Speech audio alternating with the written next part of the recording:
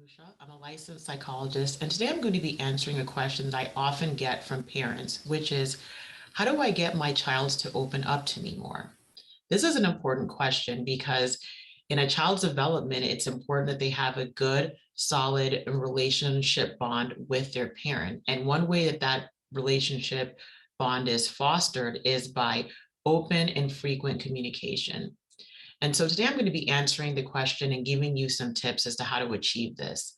The first way that you can create more open communication with your child is simply by being available. In this world of smartphones and technology, parents and children are oftentimes stuck behind a screen. And when you are to create that space for your child to open up and talk to you, you want to make sure that you are available to them. So if they want to come up and talk to you, your posture is really important. Something as simple as taking your phone, putting it away, putting it down, and looking at them and making direct eye contact helps them feel a lot more welcome than being like this. Yeah, what do you want? That's not going to help them really feel more comfortable. So you want a situation in which you are available to your child and also intentional about the time that you're spending together. If you just put your child on the spot and say, hey, tell me everything that's going on with you, that can make them feel uncomfortable. But if you have regular scheduled time where all you're doing is having fun, being in one another's company in a stress-free and relaxed environment, that creates opportunities for them to feel comfortable to talk to you about what's going on in their lives. So be available and be intentional with your time together.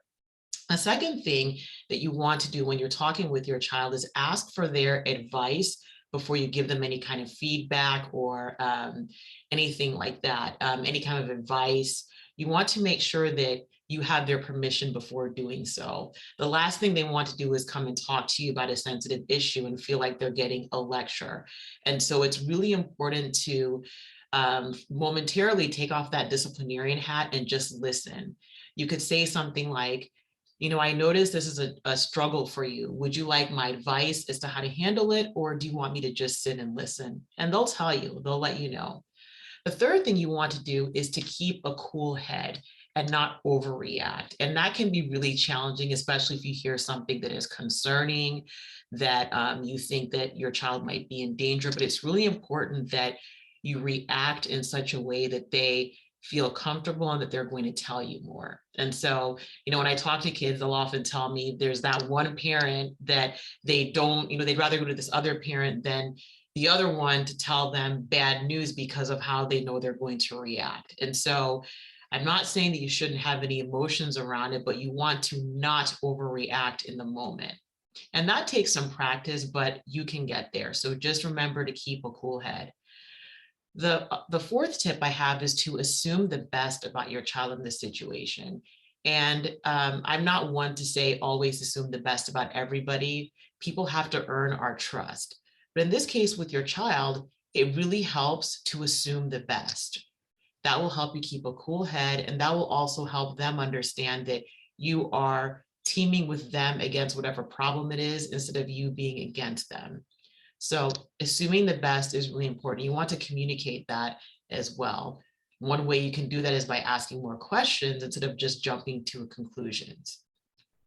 Something else you can do is offer empathy. And so, when I talk about empathy, I mean putting yourself in your child's situation to try and understand what they're going through. So making statements such as, I'm so sorry, that sounds really tough, or I can imagine if I were in a situation like that, I'd have a hard time doing whatever. But you want to make statements that show that you are trying to put yourself in their position and understand their perspective. So you want to communicate empathy. Another thing that you want to do is that you want to provide that space for them to process their emotions. And so when we see our kids going through really difficult situations, our first instinct is to jump in and try and make those difficult feelings go away. If you think about the role of parenting, one of our roles is to provide comfort to our child. So if you see them in physical discomfort, you want to alleviate that. But when we just rush in an emotional situation, when they're experiencing negative emotions and try to make it go away, we can sound really insensitive. So, and also it robs them of the opportunity to process challenging emotions themselves. So if your child is going through something really tough and they're experiencing anger, frustration, jealousy, whatever difficult emotions that you can imagine that you see them going through, you want to take a step back and allow them to process those emotions. Um, Giving them, by allowing them to process their own emotions on their own, with you being a safe backdrop to that, you tell them and it teaches them that difficult emotions are not deadly or devastating, that yes, I can process these difficult emotions. I can do it. They can learn their own self regulation skills and coping skills with your help, of course, but you want to give them the opportunity to develop those resilience muscles to help them get through challenging times. If you're always rushing in and trying to prevent them from experiencing those difficult emotions, they're robbed of that self-efficacy and that pride of understanding that they can deal with challenging emotions on their own. And so, in a way that parents can do this that they don't realize is, let's say a child says that they failed a test and they feel jealous because their best friend did much better. If you come in and say something like, well, you shouldn't feel jealous, you shouldn't feel that way, I'm sure that's not what you feel, you are invalidating that emotion at that moment in time.